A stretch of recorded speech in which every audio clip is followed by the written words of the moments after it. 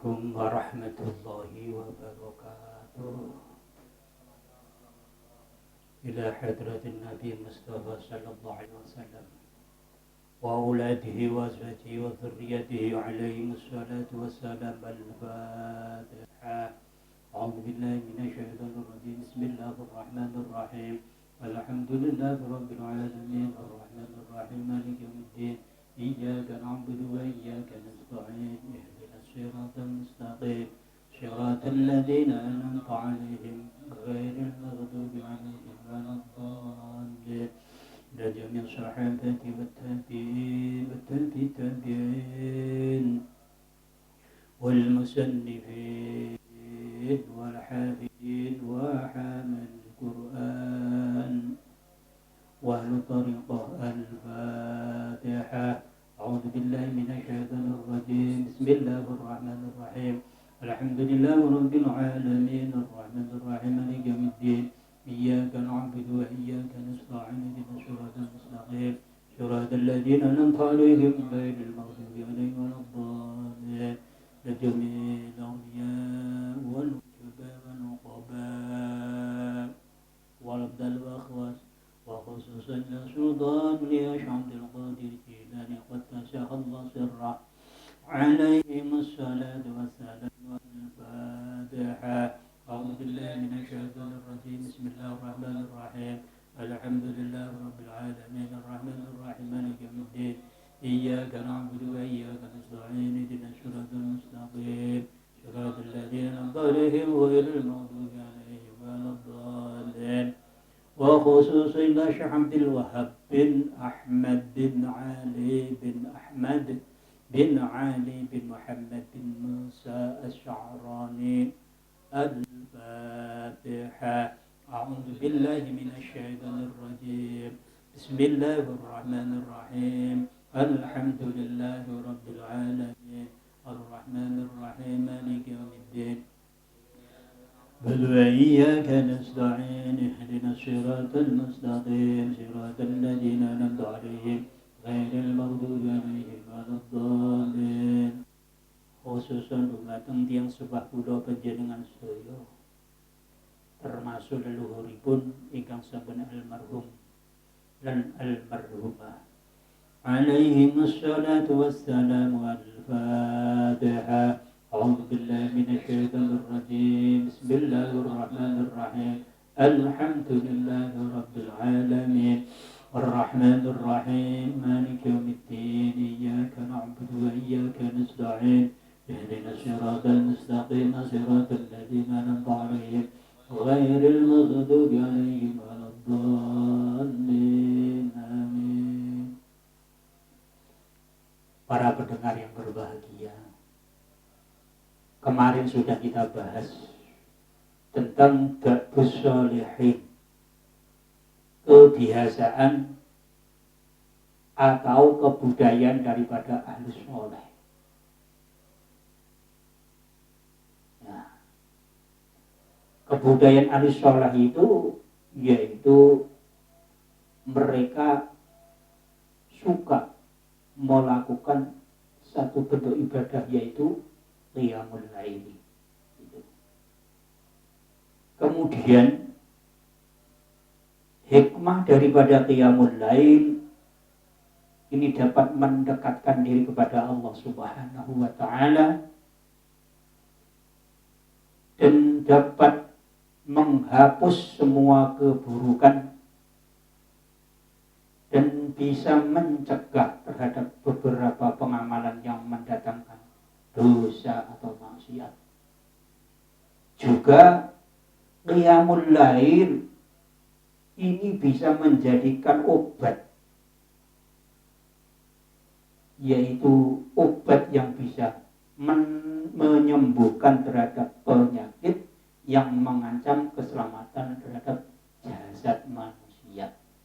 Ini salah satu pendapat daripada hadis yang diriwayatkan oleh Imam At-Tabrani. Kemudian kita lanjutkan halaman 130. Bismillahirrahmanirrahim.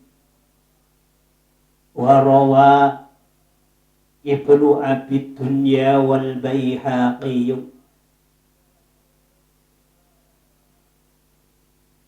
asyrafu ummati hamalatul Qur'an wa ashabul laili wa rawa at-Tabrani fil kabir man bata lailatan fi khiffatin min at-ta'ami wasyarabi yusalli tadarakat haulahu al-khurul ainu hatta yusbiha warawa lan wis nyeritakake ing hadis sapa kang nyeritakake Ibnu Abi Dunya Syekh Ibnu Abi Dunya wal Baihaqi dan Imam Baihaqi. Matanipun hadis inggih menika asyraful ummati utawi luwih mulya-mulyane umat ingsun. Ingsun sinten menika? Ingsun Rasulullah sallallahu alaihi wasallam. Utawi luwih utamane utawi luwih mulyane umat ingsun Rasulullah sallallahu alaihi wasallam iku hamalatul Qur'an, pira-pira wong kang apal Al-Qur'an. Dados yang ingkang apal Al-Qur'an menika dipun aku kalian Rasulullah sallallahu alaihi wasallam sebagai umat yang dinilai yang paling mulia di sisi Allah Subhanahu wa taala.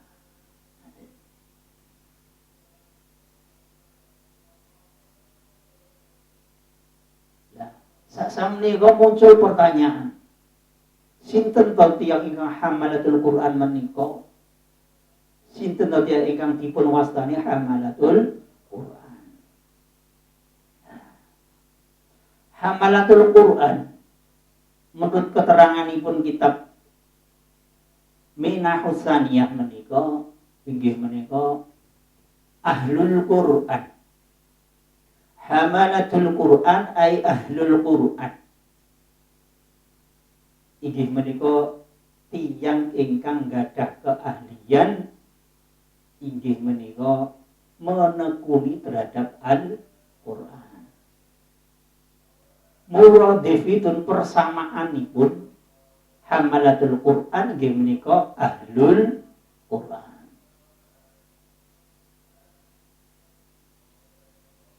Nah, sekarang muncul pertanyaan. Sinten ta ingkang dipun wastani ahlul Quran menika?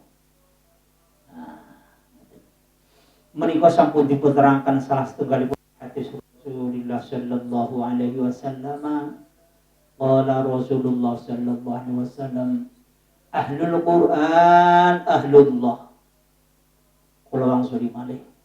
Ahlul Quran ahlullah. Wa khasadhu Abu Qasim bin Khaidan wa fi masyikhatihi an Ali hadha hadisun hasanun. Qala dawuh sapa Rasulullah sallallahu alaihi wasallam, ahlul Quran utawi ahlul Quran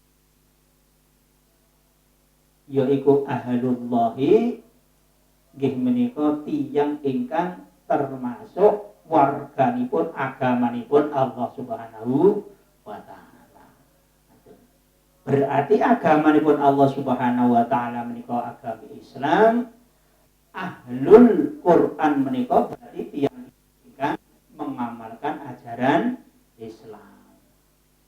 Ajaran Islam menika ajaranipun agamanipun Allah Subhanahu wa taala. Wa khassathu lan ngususake utawa istimewaake hadis sapa kang ngususake Abu Qasim bin Khaidari. Hadis menika dipun ceritaken sanatipun dipun sandaraken dumateng Sayyidina Ali bin Thalib karramallahu wajhah.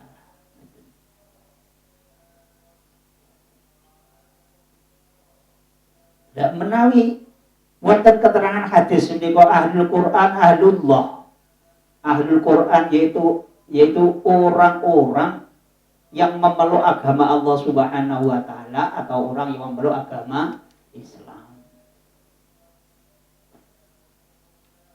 Dan orang yang memeluk agama Islam, nah menika otomatis beliau orang-orang itu sudah memenuhi daripada rukun Islam. Menapa rukun Islam? Gimrat yang pertama pernah membaca syahadat, ingkang pernah inggih mengamalkan sholat, ingkang membayar zakat, ingkang nindakaken poso, ingkang tiyang ingkang sampun ibadah haji. Jadi ahlul Quran ay ahlullah ay ahlu dinillah. Ahlul Quran menika nggih menika ahli agamanipun Allah.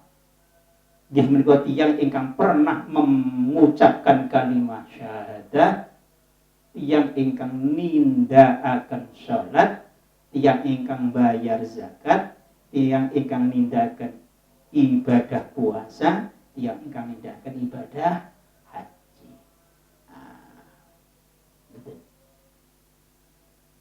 Pada kesempatan yang berbeda, ada kesempatan yang berbeda bahwa ahlu Quran ini biasanya dalam kesehariannya diliputi oleh kehidupan, dihiasi dengan kehidupan yang mempunyai nilai-nilai Al-Quran, yang mengandung nilai-nilai Al-Quran. Cara berbicara mengenai nilai-nilai Al-Quran. Cara berperilaku menggunakan nilai-nilai Al-Quran. Cara mengambil keputusan menggunakan nilai-nilai Al-Quran. Kerangka berpikir menggunakan nilai-nilai Al-Quran.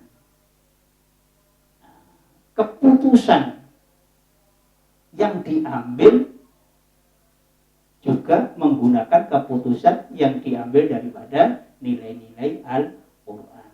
Sehingga ahlul Quran itu seluk-beluk kehidupan sehari-hari, mulai bangun tidur sampai akan tidur, ini selalu dihiasi dengan nilai-nilai Al-Quran.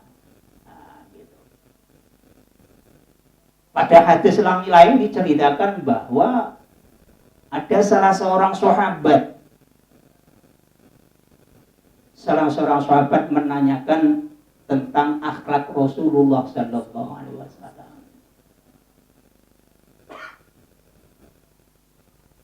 Wahai Rasul,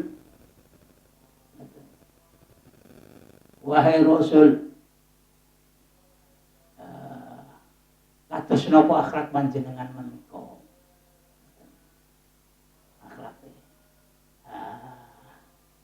Akhlakipun Rasulullah sallallahu alaihi wasallam niku dipun terangaken bilih akhlak Rasulullah menika diambil dari nilai-nilai Al-Qur'an. Berarti panjenengan sedaya menika mengikuti atau ittiba Rasulullah sallallahu alaihi wasallam sami kemawon kula panjenengan sedaya menika ahlul Qur'an.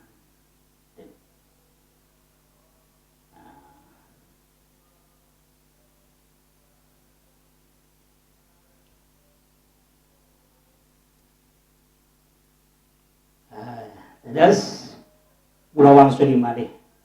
Jadi asyraful ummati hamalatul Quran, utawi luwih mulya-mulyane umat Rasul, umat ingsun Rasul nggih menika tiyang-tiyang ingkang inggih menika ngamalaken agamanipun Allah nggih menika agami Islam. Ingkang nomor kali wa asyraful ummati ashabul laili. Asyraful ummati ashabul laili. Luwih utamane, luwih mulyane umat ingsun nggih menika ashabul laili, tiyang-tiyang ingkang ahli salat wengi. Tiyang-tiyang ingkang ahli salat wengi.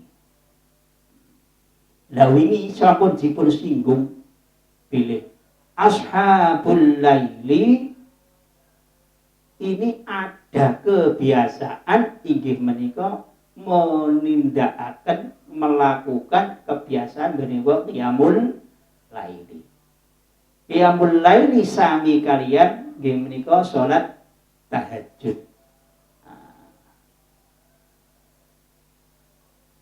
Ringkesipun bilih dawuhipun Rasulullah sallallahu alaihi wasallam ingkang dipun riwayataken kalian Ibnu Abi Dunya kalian Al-Baihaqi bilih luwih utamanipun umatin Rasulullah sallallahu alaihi wasallam nggih menika ahlul Quran kalian ashabul laili, atosipun tiyang ingkang nggih menika memeluk agama Islam dan mengamalkan agama Islam, dan tiyang ingkang nggih menika remen nindakaken qiyamul lail atau salat malam atau salat tahajud.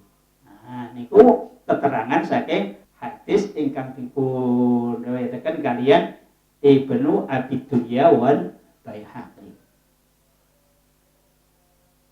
Para pemirsa rahimakumullah. Warawa At-Tabarani fil Kabir man bata lailatan fi khifatin minat ta'ami wasyarabi yusalli tadarakat haulahu hurul aini hatta yusbiha. Warawalan wis nyeritakake ing hadis sapa kang nyeritakake At-Tabarani, Imam Tabarani fil Kabiri ing dalam kitab Mu'jam Al-Kabir. Nah, niku. Kitab Al-Mu'jam Kabir ingkang dipun susun kalian Imam At-Tabarani menika terdiri dari 12 jilid berisi 60.000 hadis. Nun sewu. Contoh Al-Mu'jam Al-Kabir ini sebagai kamus yang besar yang disusun oleh Imam At-Tabarani, terdiri dari 12 jilid yang berisi berapa? 60.000 hadis. Niki induk daripada kamus yang menyangkut tentang al-hadis Rasulullah Shallallahu Alaihi Wasallam. Hadis itu Rasulullah Shallallahu Alaihi Wasallam.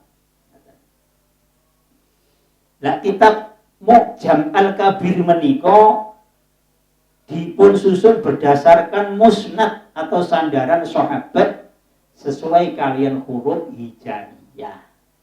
Terus susunanipun Mu'jam Al-Kabir kamus al-hadis ingkang ageng menika dipususun berjadakan abjadi. Abjadi itu mulai dari alif, kalimah-kalimah yang diawali dengan alif, kalimah-kalimah yang diawali dengan ba, kalimah-kalimah yang diawali dengan ta, kalimah-kalimah diawali dengan jim dan seterusnya. Ini dinamakan kitab Mu'jam Al-Kabir.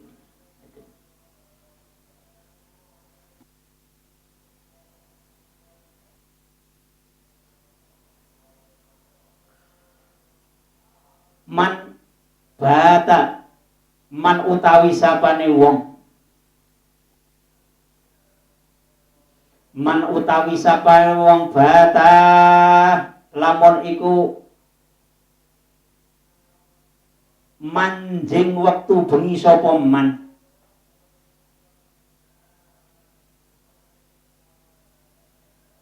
lailatan ing dalem mangsa wengi fi khifatin ing dalem enteng-entengi awak minat ta'ami saking panganan wasyarabi lan saking minuman utawa omben-omben iku yusolli salat sapa man tadarokat mongko ngrubung meliputi haulahu ing dalem kiwa tengene man apa kang ngrubung atau meliputi al-khurul ainu nggih menika pira-pira widodari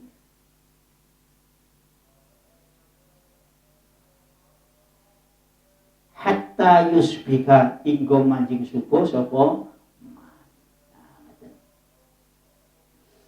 Dan ini salah satu motivasi. Dan ini jenenge teori motivasi. Hubungannya dengan nalar kehidupan orang-orang yang hidup pada abad ke-6 Masehi. Khususnya hidup yang menyertai dan kehidupan Rasulullah Shallallahu Alaihi Wasallam. Jadi hadis ini disusun dengan redaksi yang semacam ini diambil daripada sabda Rasulullah Sallallahu Alaihi Wasallam didasarkan atas motivasi yang ada pada saat itu. Motivasi didasarkan atas nalar. Jadi bang-bangi, pangebang-ngebangi motivasi alasane amprih uang niku gelem nindakake salat wengi wonten salahipun ganjaran napa rupi nggih menika bidadari. Nah saniki kalau kita bicara bidadari ini sangat tidak relevan, mboten cocok. Karena apa? Nalar-nalar yang digunakan masa sekarang dengan nalar-nalar yang digunakan masa Rasulullah SAW boten sami. Jadi pangebang-ebangipun motivasi ini pun bagaimana supaya orang itu rajin untuk melaksanakan ibadah khususnya qiyamul lail diberi salah satu motivasi yaitu dengan pahala atau imbalan berupa bidadari.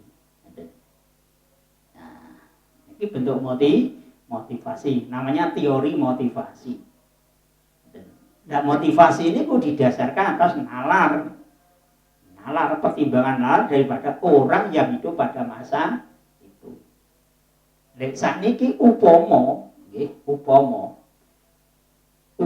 katon ngoten ampripun tiang-tiang menika sregep ibadah motivasinya beda, bukanlah beda dari mungkin akan beri motivasi dia bisa naik haji atau bisa melaksanakan ibadah umroh atau dengan motivasi yang lain. Ini adalah tergantung daripada nalar yang muncul pada saat itu.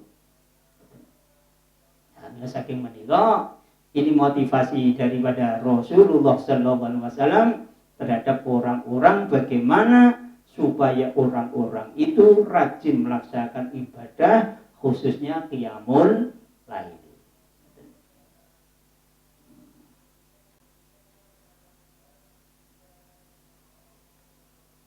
Nah, bagaimana supaya orang-orang itu bisa rajin untuk melakukan qiyamul lail? Ini biasanya kalau perut itu lapar, orang merasa gelisah. Akan tetapi kalau perut itu terlalu kenyang, orang menjadi malas. Ngaten nggih? Gandengan ngeten. Nek wetenge wareg, wong niku dadi malas wegahan. Nek wetenge luwe dadi gelisah, hatinya tidak tenang. Maka dari itu, wontenipun hadis kados kala wau, lek saged kula panjenengan sedaya menika amprihipun ibadah qiyamul lail uti tahajud menika rajin inggih menika kedah nata kehidupan kula berkaitan dengan konsumsi yang kita makan. Jangan sampai weteng kula panjenengan sedaya, perut kula panjenengan sedaya terlalu dipenuhi dengan jenis makanan atau minuman. Bilanipun Rasulullah sallallahu alaihi wasallam ngatur dumateng kehidupan nggih menika kehidupan orang yang hidup di dunia ini yang perlu dikonsumsi setiap hari, yaitu dengan pengaturan berdasarkan Al-Qur'an, ya ayyuhalladzina amanu kulu fil ardi halalan thayyiban wa la tattabi'u khutuwatis syaitan innahu lakum aduwwun mubin. Apa yang kita makan diusahakan itu bahan makanan yang halal dan thayyibah. Halal itu tinjauan daripada hukum yang ditetapkan oleh hukum Allah utawi hukumipun Rasulullah. Kalau thayyiban itu yang bagus atau baik dalam tinjauan agama dan tinjauan ilmu gizi. Ilmu gizi. Thayyiban itu bagus.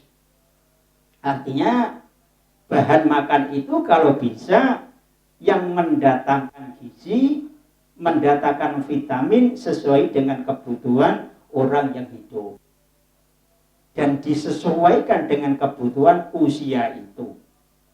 Nah, maka thayyiban, halalan thayyiban, istilah thayyiban dalam jenis makanan itu bisa diartikan sebagai proporsional.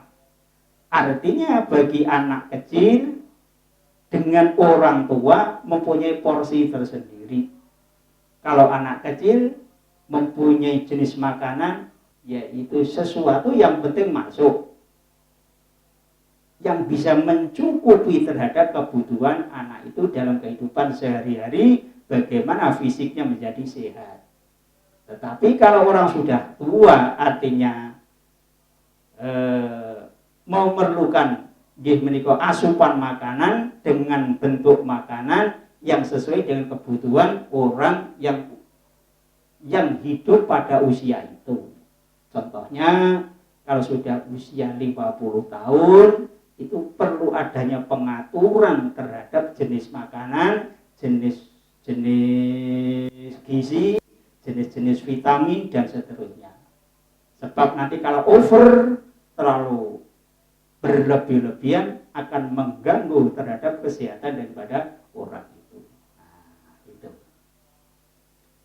Contohnya kalau orang sudah usia 60 tahun, nah mereka harus mengatur, harus mengurangi gula, harus mengurangi apa lagi itu? Lemak, harus mengurangi dan seterusnya supaya itu kebutuhan dalam sehari-hari asupan makanan itu sesuai dengan yaitu kondisi tubuh orang yang hidup pada usia 60 tahun atau dan seterusnya. Nah ini namanya thayyiban.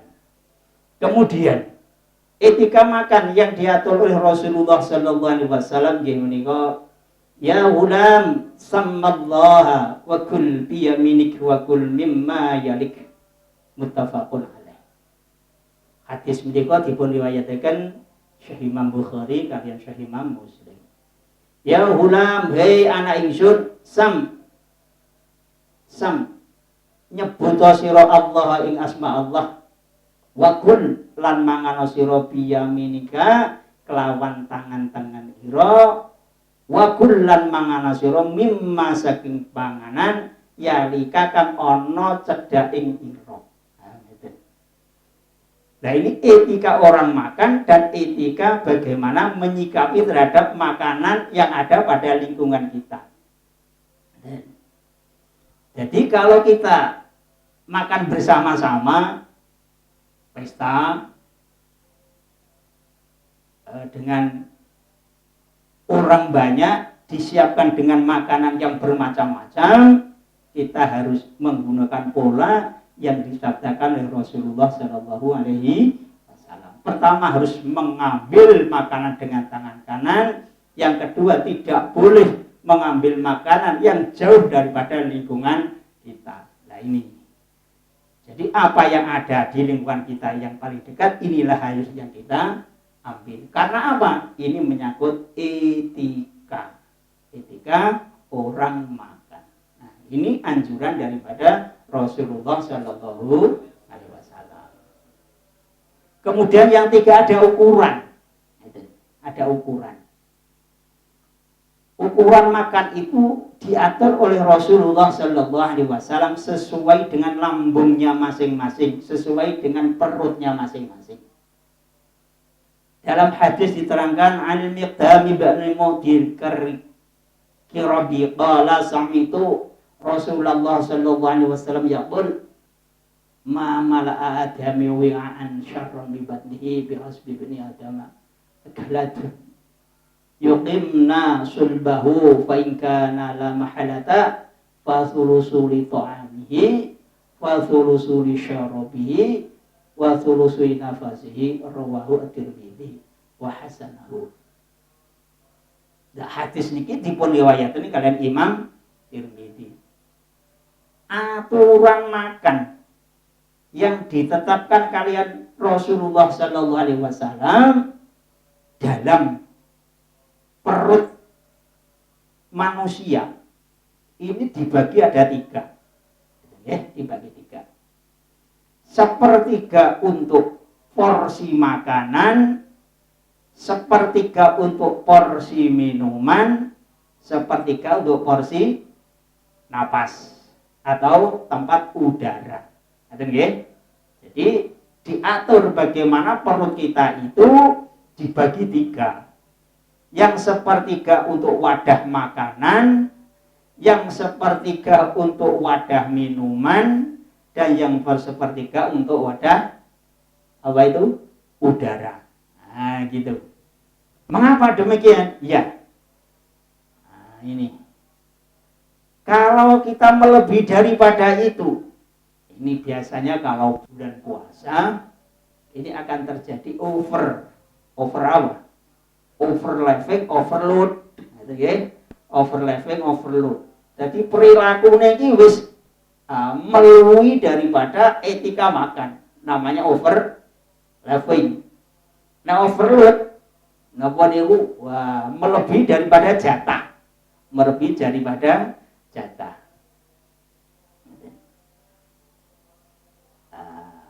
Terkadang karena emosi dendamnya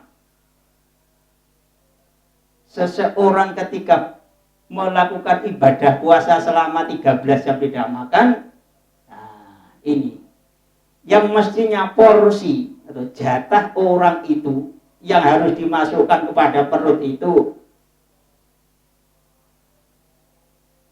bahan makan 1 piring, nah, mereka santap lebih 1 piring, maka dari itu perutnya tidak muat.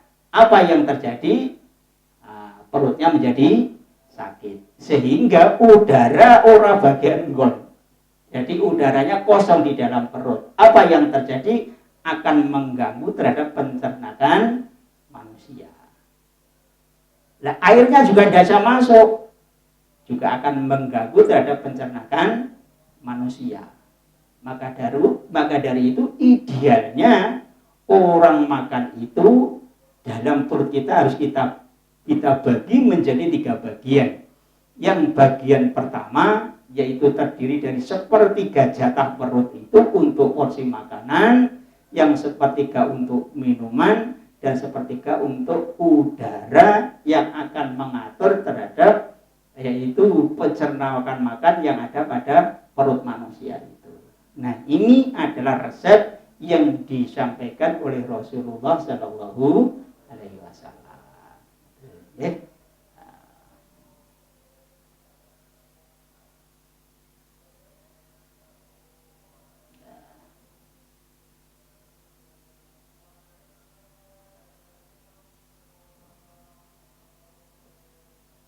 Bismillahirrahmanirrahim. Kita lanjut.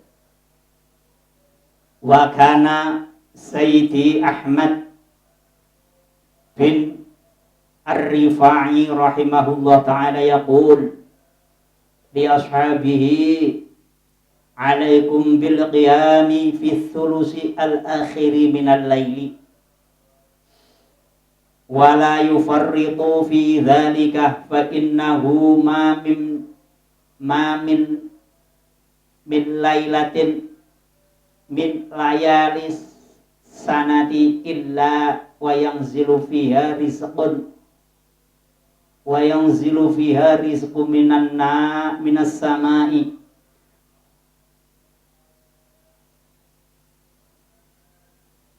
fayufarraqu 'alal mustayqidin wa yukhramu minhu an-naimun.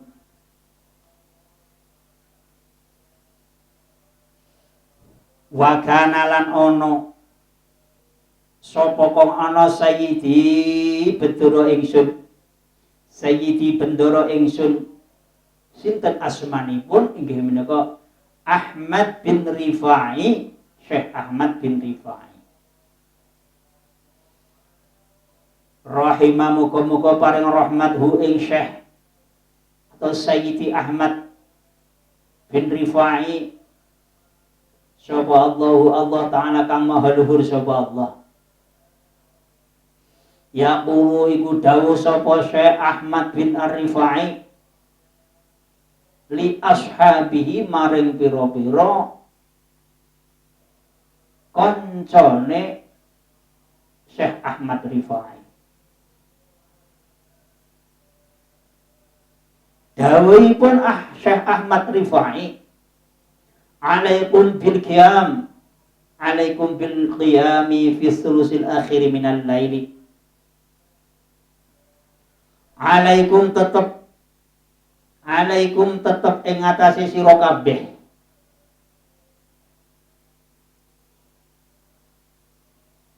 utawa alaikum wajib ing atase sira kabeh. Ngoten nggih. Alaikum wajib ing atase sira kabeh bil qiyami ing tangi nglakoni salat. Bil qiyami ing tangi nglakoni salat fisulusi ing dalem sepertulune al akhiri keng akhir minal laili khalih tetep saking waktu bengi. Nah, nampaknya Sayyid Ahmad bin Ar-Rifa'i itu menggunakan dasar yang diambil daripada Al-Quran, firman Allah Subhanahu wa Ta'ala dalam surat Al-Muzammil. Inna rabbaka ya'lamu annaka taqumu adna minas sulusayil laili wa niswahu wa sulusahu. Nah, gitu. Jadi pilihan atau opsi seseorang untuk melakukan yaitu qiyamul laili. Pilihan yang pertama adalah nisful laili full, kurang lebih 4 atau 4 jam setengah. Opsi yang kedua, pilihan yang kedua inggih menika memilih separuh daripada tengah malam itu. Nah, kalau waktu yang disiapkan yaitu qiyamul lail itu ada 4 jam setengah, maka separuhnya nisful lail atau sepertiganya. Atau sepertiga dari 4 jam setengah berarti 1,5 jam. Mungkin bisa dilakukan pada awal mungkin bisa pertengahan, mungkin bisa akhir. Lah, yang dimaksud kalian menika nggih menika Ahmad bin Ar-Rifai menika alaikum bil qiyami fi thulusi al-akhiri, yaitu sepertiga akhir daripada malam itu. Berarti kalau di Indonesia ini mulai jam 3 sampai jam 4. Nah, kalau sudah sepertiga akhir malam itu dilanjutkan dengan apa itu? Sholat subuh. Nah, ini cocok bagi orang yang sibuk. Artinya apa? Orang yang sibuk itu setelah sholat subuh mereka akan pergi untuk melaksanakan tugasnya dalam pekerjaan sehari-hari. Maka yang paling tepat adalah mengambil sepertiga akhir pada malam itu. Nah, ini adalah teknis pengaturan waktu bagi orang yang sibuk dengan pekerjaannya masing-masing. Nah, orang yang tidak sibuk, nah ini tergantung keikhlasannya. Mungkin nisful lail, separuh daripada malam itu diambil semua. Bangun jam 12, berakhir sampai menjelang waktu subuh. Bermunajat kepada Allah Subhanahu wa ta'ala. Kalau begitu ini berarti mirip dengan kehidupan Rasulullah Shallallahu Alaihi Wasallam. Nah, Bapak Ibu sekalian, monggo kita tinggal milih, milih sing awal waktu malam, pertengahan waktu malam, atau akhir, sesuai kalian keikhlasan kula panjenengan sedaya.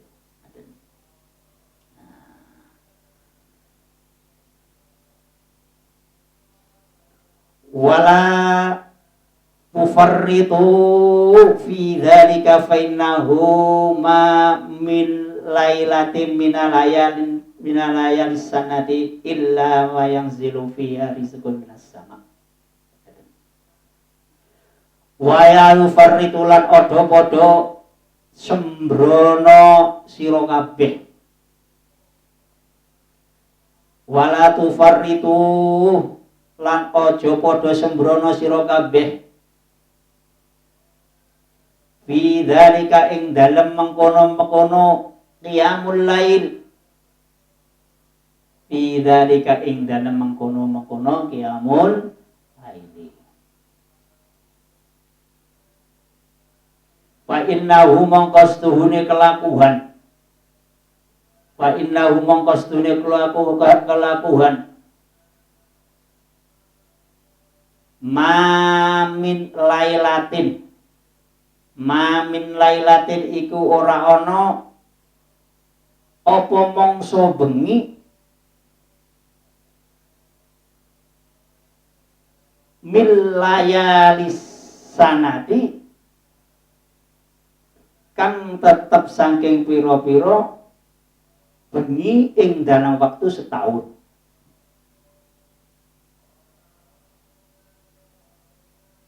Illa wa yanzilu angin iku tumurun fiha ing dalem lailah atau waktu bengi apa kang tumurun rizqun rezeki minas samai kang teko saking langit. Apa rizqun rezeki minas samai kang teko saking langit? Fayufarraqu mongko den bagi-bagi apa rezeki. Fayufarraqu mongko den bagi-bagi apa rezeki ngalal mustaiqidin ing atase wong kang padha melek kabeh. Alal mustaiqidin ing atase wong kang padha melek kabeh. Wa yukhrabu lan den aling-alingi apa rezeki minhu saking rizki, wa yukhrabu lan den aling-alingi minhu saking rezeki sapa kang den aling-alingi annaimuna wong kang padha turu kabeh. Nah niki ngendikanipun Sayyid Ahmad bin atau Ibnu Rifai sedang ini waktalipun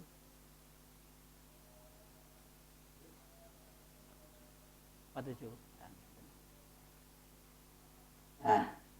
Ngendikanipun Sayyid Ahmad bin Rifai rahimahullah taala,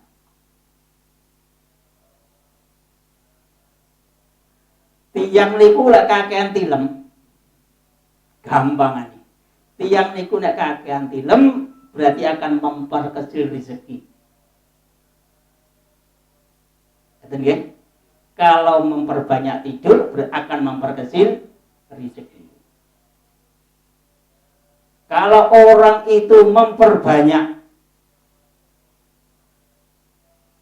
jaga untuk bermunajat kepada Allah, berarti dia itu akan memperbanyak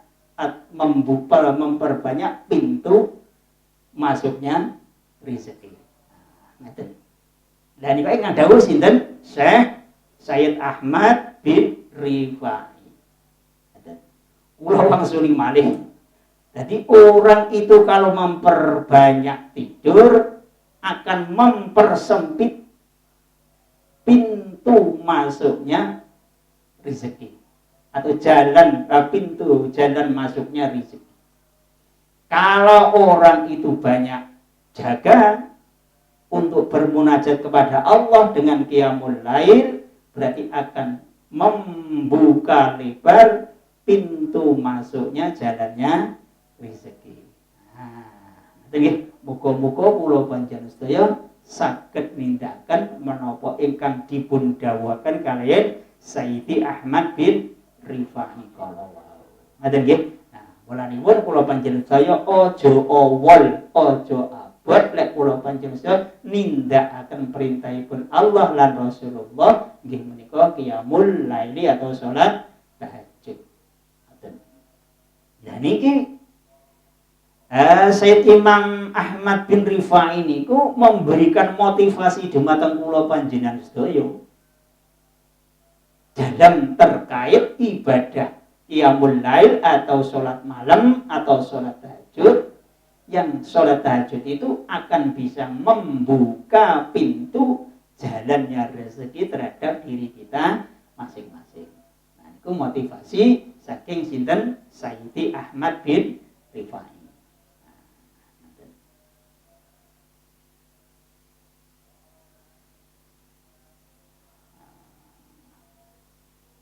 Kapan nggih? Monggo sami kawruh nyuwun dumateng Allah Subhanahu wa taala nggih menika aurat terkait kalian. Mugi-mugi wabah corona saged sirna di permukaan bumi menika, khususnya di bumi Indonesia. Nggih. Bismillahirrahmanirrahim. Li khamsatun utfi biha haral wabail hadimah. Li khamsatun utfi biha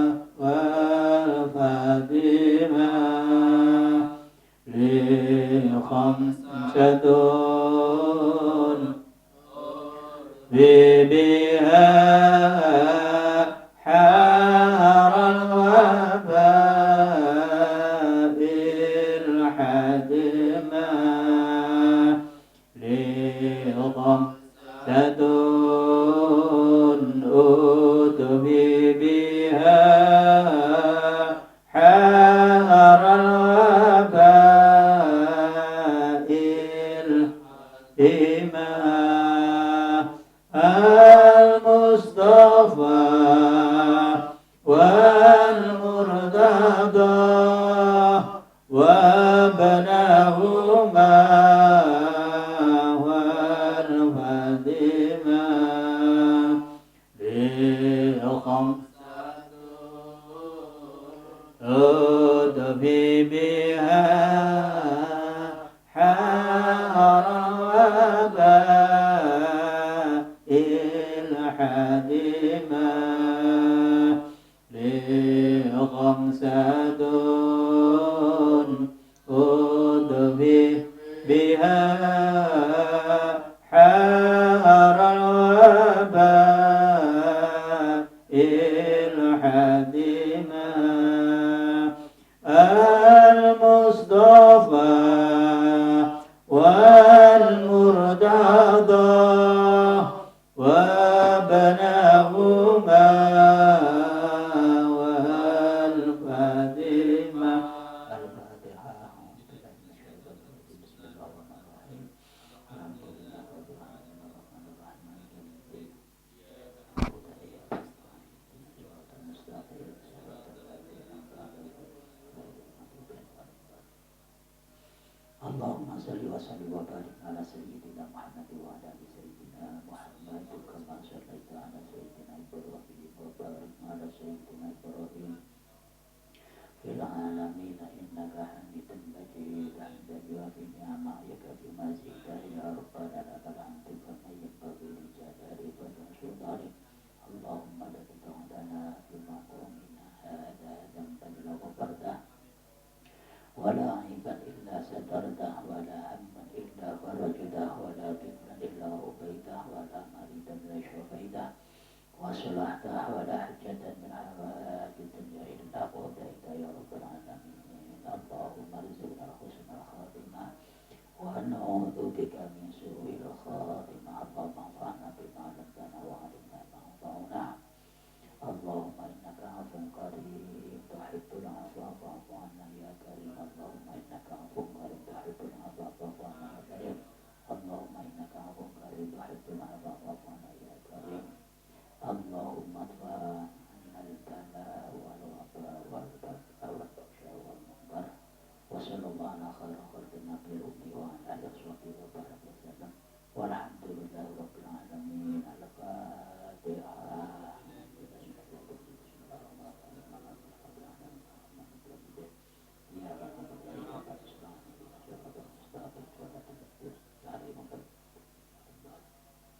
Assalamualaikum warahmatullahi wabarakatuh. Pak kopi nih Pak, berpedet Pak.